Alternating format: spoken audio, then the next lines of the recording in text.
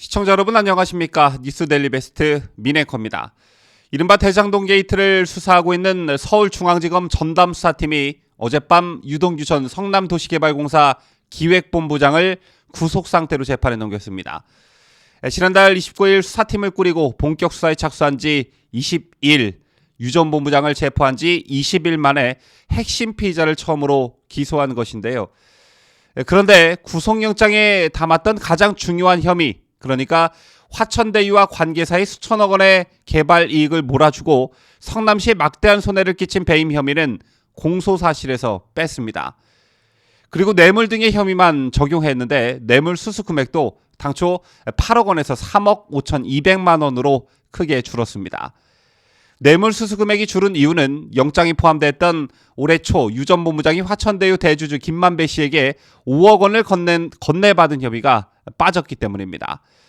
자, 이걸 놓고 참 이런저런 말들이 많이 나오고 있는데요. 특히 법조계에서는요, 특수수사에서 구속영장을 받아낸 핵심 혐의를 빼고서 기소하는 건 처음 본다, 이런 말까지 나오고 있습니다. 도대체 검찰이 왜 그러는 것일까요? 하나하나 짚어보도록 하겠습니다. 자, 우선 유동규의 핵심 혐의는 역시 배임 혐의였습니다. 검찰이 유동규에 대한 구속영장을 청구할 때도 이 배임 혐의를 적시했었는데요. 유동규가 화천대유 등의 이익을 몰아줘 성남도시개발공사에 수천억 원 상당의 손해를 가했다는 것입니다. 이게 왜 중요했냐면 유동규가 배임이면 이건 곧바로 이재명의 배임으로 이어지기 때문입니다. 왜냐? 성남도시개발공사는 성남시가 100%로 출자한 지방공기업이자 성남시장이 그 감독기관입니다. 그간 여러 언론에 보도된 바 있지만 대장동 사업 추진 당시 민간사업자 출자 승인 관련 검토 보고서 등엔 당시 성남시장이었던 이재명의 서명이 들어가 있습니다. 이게 의미하는 바는 민간의 초과 이익을 환수토록 하는 이른바 캡조항 삭제를 이재명이 최종 승인했다는 말이 되죠.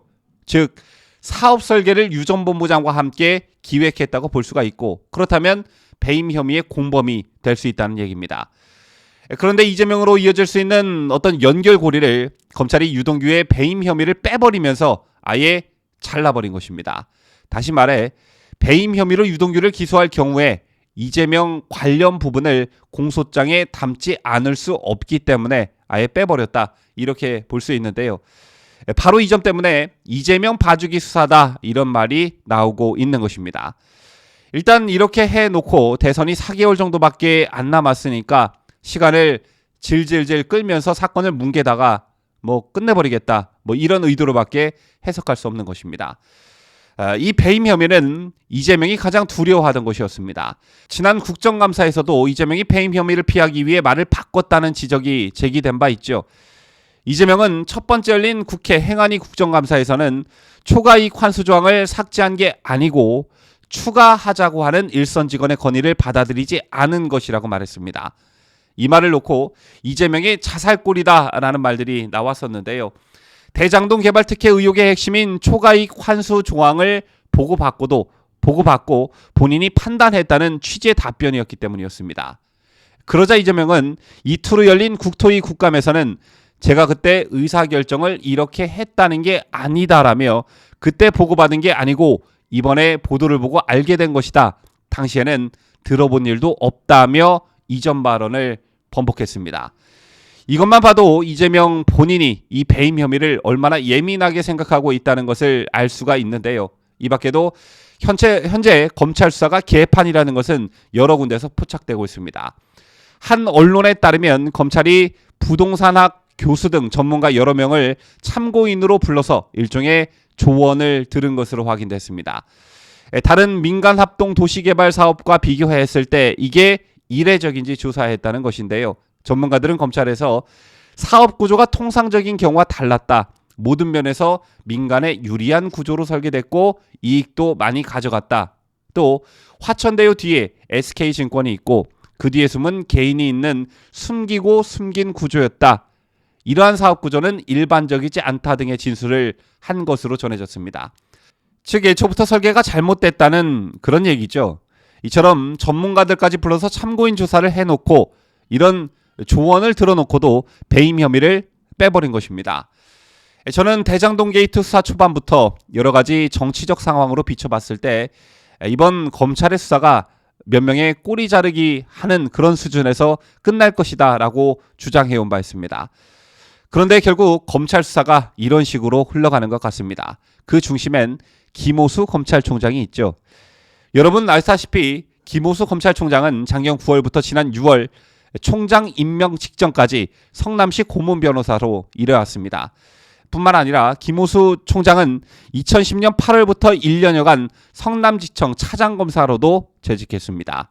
이 시기는 대장동 개발 당시 성남시장이었던 이재명이 첫 임기를 시작한 시점입니다.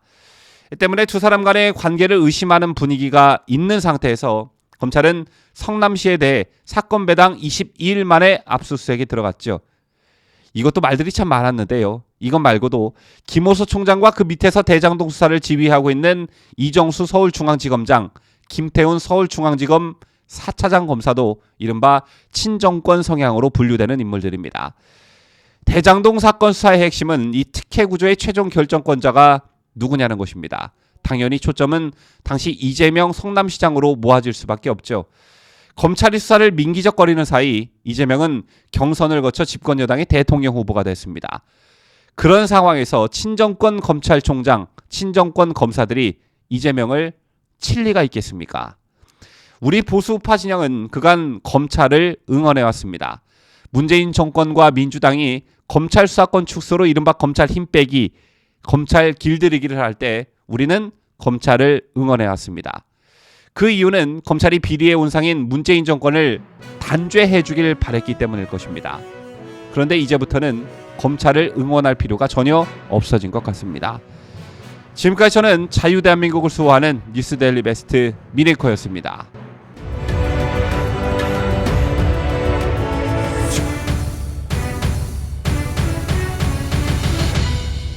함께해요.